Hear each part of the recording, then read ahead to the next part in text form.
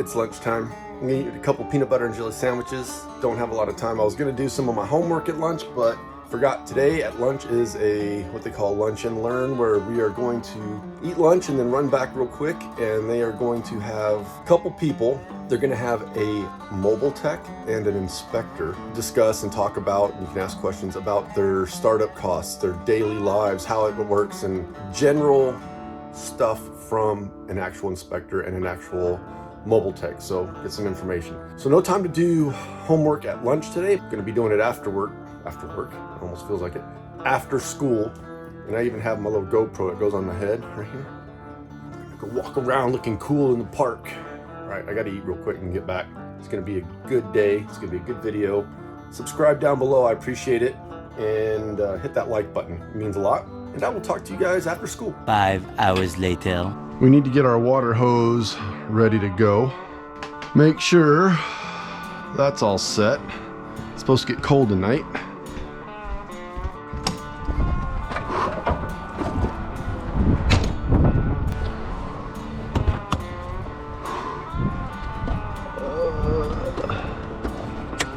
There we go. Start filling that up. And this is heated in here.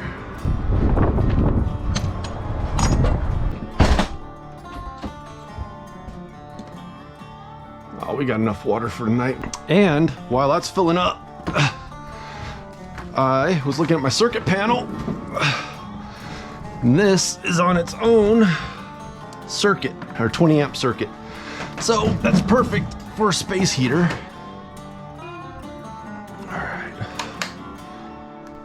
Go check that water.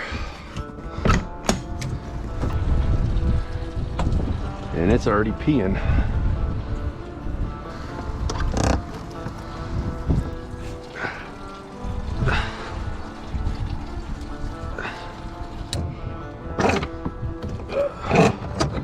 Keep the bugs out. And we are on water pump.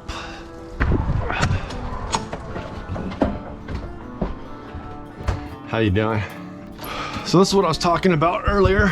The washing machine is on its own 20 amp circuit, and that's what I plugged that space heater into. So my two heaters, my space heater and my fireplace, have their own circuit.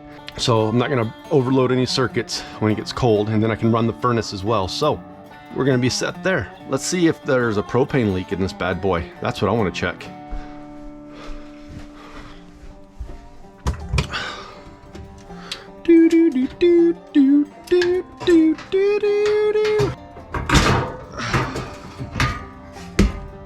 This snaps in there, it's a pain in the butt. And apparently I just cut myself pretty good. Holy crap. I didn't even feel that happen. Well, crapola, dude. It's not bad. Just took some skin off when that thing popped up. Let's get in here. I'm pretty sure it's in here. Yep. There she is. So, how do you check for a propane leak in your RV? With this little bad boy right here. Right here. So what we gotta do, get to one of these. So we got a little screw right there. And then that just pulls right off. Piece of cake, set that aside. And that right there is gonna be what we hook onto. So we gotta go turn the propane off. Oh man, it's getting windy.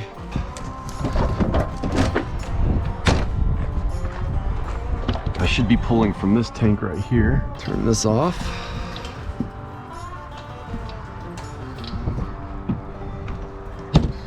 And turn this off. And just in case you forget, look at this. They give you all the steps right here on this clipboard. See, they prepare you pretty well. Turn off all appliances and gas that use propane. Remove one of the burners, did that. Attach to the manometer.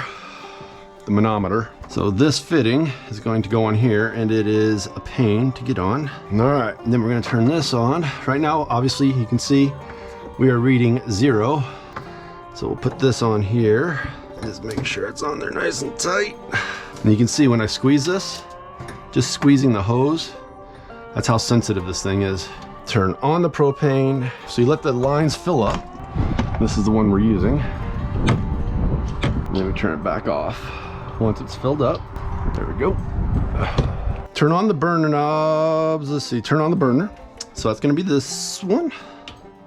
And this should pop up to about 11. All right, we're at 11. Let's bleed this down to 8. Now that all the propane's off. Now I've got too little. I want it at 8. All right, gotta go turn the propane back on. Dang it. So see, we're back up to 11. That's good. There we go. It's just above 8. Maybe I can get a little bit more. That's exactly 8. All right, so now we get a timer or stopwatch, doesn't matter, start. And we want 3 to 5 minutes. So if it drops, because we left this one open, this one, the middle one's open, which this is hooked to all the way up here. If this drops below 8 in that time, then we know we have a leak. It should stay steady. So I'm gonna come back in about 5 minutes. See what our time is. Almost there, it hasn't moved. It hasn't moved an inch. Inches of water column, get it? Inches. I'm comfortable saying I do not have a propane leak. 3 to 5 minutes, we're at 4.5 minutes, good enough. It hasn't moved at all. Stop. Let's put this burner back on. That just slips on there. Pretty easy. Single screw right there. Pretty easy. Do you know these regulators are supposed to be replaced every 5 to 7 years? I was like, oh man, didn't know that. There's another rubber washer. All right, let's see. This goes in there and close that. Everything's off, off, off. Everything is off. Propane is still off, so we go turn that on.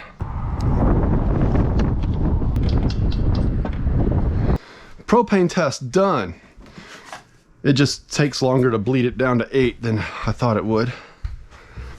There we go. All right, homework, one piece done. No propane leaks. Yay.